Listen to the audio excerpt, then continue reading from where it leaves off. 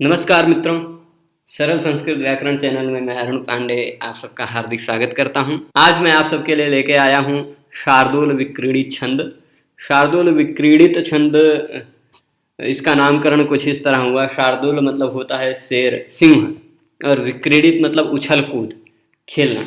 शेर कैसे शेर के बच्चे उछलते कूदते हैं, उसी के आधार पर इस छंद का नाम शार्दूल विक्रीडित पड़ा है। अब इस पाठ में आज के हम शार्दूल विक्रीडित छंद का लक्षण क्या होता है, शार्दूल विक्रीडित छंद में कितने वर्ण होते हैं, और शार्दूल विक्रीडित छंद की क्या विशेषता होती है, क्या किन वर्णों पर यतियां होती हैं, क्या इसकी गण व्यवस्था है, कैसे लघु गुरु व्यवस्था देखते हैं, और इसको गाते कैसे हैं। ये सब कुछ शार्दूल विक्रीडित छंद के बारे में जितने महत्वपूर्ण तथ्य हैं, वो सभी महत्वपूर्ण तथ्य इस वीडियो में मैं आप सबको बताने वाला हूँ। ज़्यादा बड़ा वीडियो नहीं होगा, केवल हम आपको सामान्य रूप से इस छंद का लक्षण इत्यादि बताएंगे। तो इस छंद का लक्षण केदार भट्ट जी वृत्त रत्नाकर नाम के ग्रंथ में लिखते हैं। सूर्यास्वैर्यदि मह सजौ सततगा शार्दूल विक्रीडितम। और भी अलग तरह से गा सकते हैं इसको। गाने के बहुत या कुंदेन्द्र तुषार हार धवला की तरह ही वही छंद है, उसी तरह गा सकते हैं उसको। जिस तरह से अलग अलग तरह का गाते हैं, उसी तरह आप इसको अलग अलग गा सकते हैं। पर इसका जो गाने का नियम है, नियम यह है कि पहले 12 वर्ण पर आपको रुकना है, सततगाह पर, फिर उसके बाद शार्दूल विक्रीडितम यानी उसके बाद 7 वर्ण पर रुकना है। तो 12 और 7, सूर्य मतलब होते हैं द्वादश आदित्य, सूर्य मतलब 12, और अश्व मतलब होता है 7 घोड़े। सूर्य के रथ में कितने घोड़े हैं? रथस्येकं चक्रम भुजगयमिता सप्ततुरगाः। सप्ततुरगाः, उनके तुरग यानी घोड़े 7 हैं। रथ में एक ही पहिया है, ऐसा भोज प्रबंध में श्लोक मिल जाता है। क्रिया सिद्धि सत्वे भवति महताम नोपकरणे, वो शिखरिणी छंद में है। शिखरिणी छंद हम आपको बता चुके हैं। अभी अब देखते हैं, सूर्य मतलब हो गया कि 12, और अश्व मतलब हो गया 7। तो 12 और 7 कुल मिलाकर इसमें कितने वर्ण हो गए? 19 वर्ण। इस छंद की यही विशेषता होती है कि इस छंद में 19 वर्ण होते हैं। चारों चरणों में मिलाएंगे यदि तो आपको 76 वर्ण मिल जाएंगे। पर इसकी गण व्यवस्था कैसे होगी, गण कितने होते हैं, तो आप जानते हैं कि यदि 3 वर्ण का कोई छंद है तो एक ही गण होगा, 6 वर्ण का है 2 गण होंगे। फिर उसके बाद 9 वर्ण का कोई छंद है तो 3 गण होंगे। 12 वर्ण का कोई छंद है तो उसमें 4 वर्ण होंगे। 11 का है तो 3 गण और 2 एक्स्ट्रा। 13 का है तो 4 गण 1 एक्स्ट्रा, ऐसे मतलब होंगे। तो 18 एक 19 वर्ण अगर हैं तो 18 का 3 का गण बनाएंगे तो 6 गण बन जाएगा और 1 एक्स्ट्रा, यानी 6 गण हैं और 1 एक्स्ट्रा वर्ण है। ऐसा यह छंद होता है। अब वह 6 गण कौन कौन से हैं? सूर्यास्वैः, सूर्य और अश्व पर यतियों के साथ यदि म हो, म यानी मगण, सजौ सगण और जगण, फिर उसके बाद सततगाह मतलब सगण तगण तगण और ग यानी गुरु। अगर ये हो म स ज स त त और गुरु अगर हो यदि, और उसमें यति हो सूर्य पर और फिर अश्व पर यानी 12 और 7 पर, तो वह शार्दूल विक्रीडितम कहलाता है। यह हो गई इस छंद के लक्षण के आधार पर हमने अर्थ बता दिया कि सूर्य यानी 12, अश्व यानी 7, 12 और 7 वर्णों पर यति वाला अगर कोई यदि छंद हो और उसमें मगण सगण जगण सगण तगण तगण और गुरु हो, तो वह छंद शार्दूल विक्रीडित छंद कहलाता है।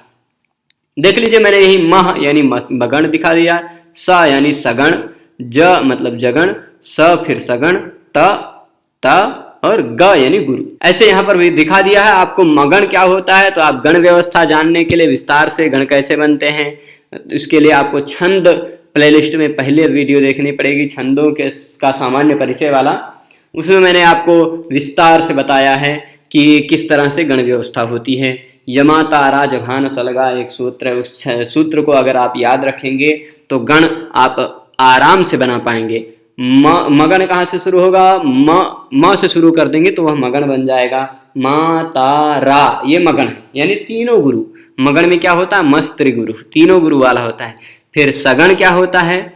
तो स ल गा, 2 लघु और 1 गा यानी गुरु। और फिर जगण क्या होता है? तो ज भा न, ज लघु भा गुरु न लघु, यानी पहला लघु दूसरा गुरु तीसरा लघु।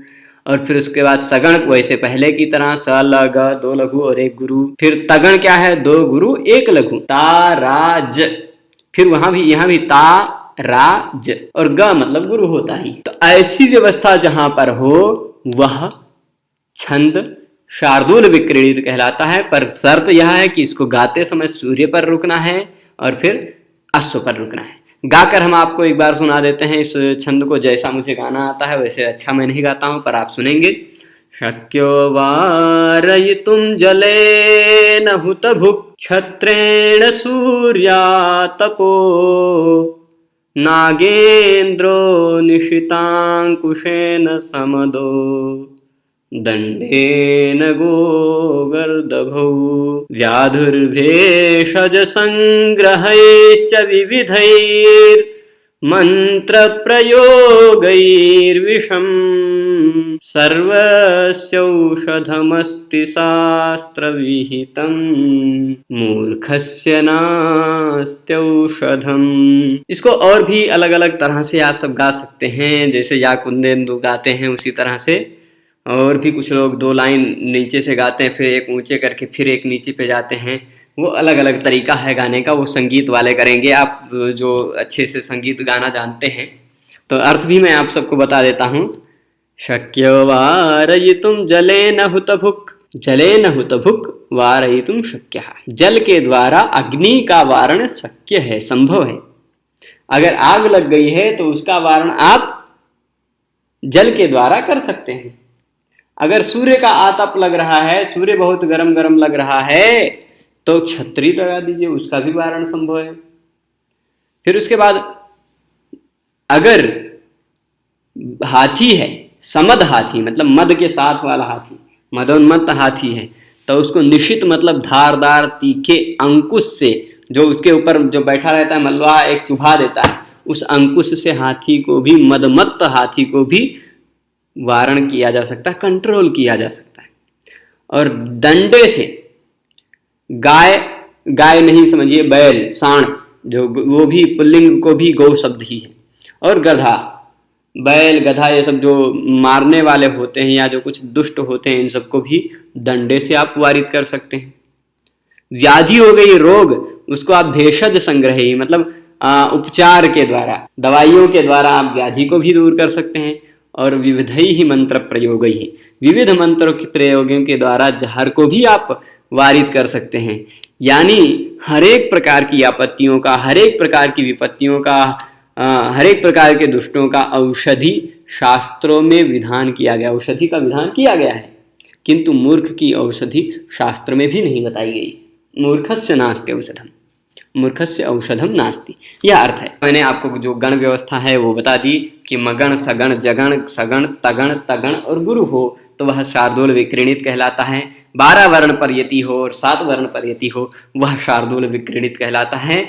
और इसमें गण व्यवस्था मैंने बता ही दी। अब इसमें क्या लक्षण में भी वही छंद है और उदाहरण में भी क्या वही छंद है, या क्या गण व्यवस्था जो नियम बना दिया है क्या उस नियम का फॉलो इस छंद में हुआ है कि नहीं हुआ है, इस उदाहरण में हुआ है कि नहीं हुआ है। बहुत सारे उदाहरण और भी आप सबको मिल जाएंगे। शुक्लाम ब्रह्म विचार सार परमाम भी मिल जाएगा। तत्र श्लोक चतुष्टयम, जो 4 श्लोक कहे गए हैं अभिज्ञान शाकुंतलम में, चारों श्लोक इसी छंद में। यास्यत्यद्य शकुंतलेति हृदयं संस्पृष्टमुत्कंठया कंठः स्तंभितबाष्पवृत्तिकलुषश्चिन्ता जडं दर्शनं वैक्लव्यं ममतावदीदृशमिदं स्नेहादरण्यौकसः पीड्यन्ते गृहिणः कथं नु तनया विश्लेष दुःखैर्न वै। ये क्या है? ऐसे और भी जो श्लोक हैं, एक शुश्रूषस्व गुरून् कुरु प्रिय सखी वृत्तिं सपत्नी जने वाला है, एक अस्मान साधु विचिन्त्य संयम धनानश्चैः कुलं चात्मना, फिर एक पातुन्न प्रथमं व्यवस्थिति जलम युष्मास्वपीते सुया। ऐसे 4 श्लोक हैं। 4 श्लोक याद है पर उतना समय नहीं है अब आप सबको सुनाने को, वो वहाँ पढ़ सकते हैं। तो ऐसे बहुत सारे श्लोक, हजारों की संख्या में श्लोक आपको मिल जाएंगे जिनमें इस शार्दूल विक्रीडित के नियम का पालन किया गया है। और छंद की व्यवस्था यही होती है कि उसमें आप अपिमासम मसम कुर्यात छंदो भंगम न कारेत, मास की जगह पर मसी, मस या कोई भी प्रयोग कर दीजिए आप, वो चलेगा, वो आपका क्षंतव्य हो सकता है। वैसे नहीं हो क्षंतव्य होता, पर हो सकता है। पर यदि आप छंदो भंग करते हैं, छंद के नियम को तोड़ देते हैं, तो समझ लीजिए आप लंगड़े हैं। छंद के बिना कोई भी श्लोक हो, कोई वेद पुरुष ही हो, वो चल नहीं सकते, पाद पैर के रूप में माना गया है। तो आप वो छंद भंग ना करें। इसलिए छंद जो वर्ण गुरु निश्चित है वही वर्ण गुरु रहेगा, जो गण व्यवस्था निश्चित है वही गण व्यवस्था का फॉलो होगा, जहां पर यति गा देनी है वही यति रहेगी। ये इस छंद का नियम है। तो अब देख लीजिए, मगन पहले होना चाहिए, 5 लाइनों में देख लेते हैं। उदाहरण में भी वही छंद होता है, उदाहरण तो उसी छंद का हम देते ही हैं। तो अब लक्षण क्या है देख लीजिए, सूर्यास्वैर्यतिमः सजौ सतत गा शार्दूल विक्रीडितम।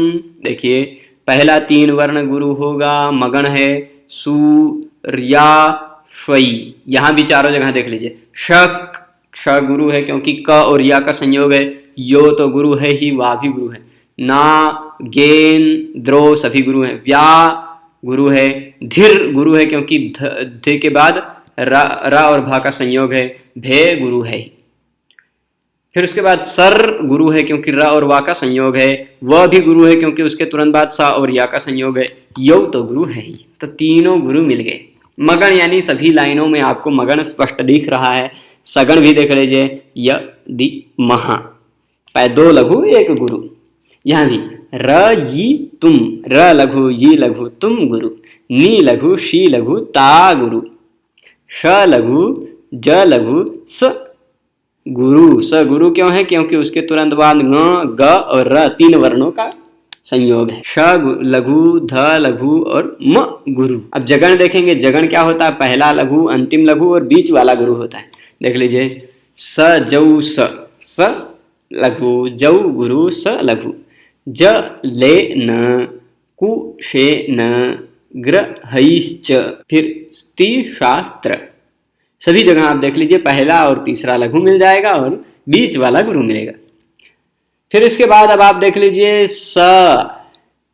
सगण काले वर्ण में त, सगण क्या होता है? 2 लघु 1 गुरु, त त गाह, हु त भुक, हु त लघु भुक गुरु है क्योंकि क और छ का संयोग हो जाएगा।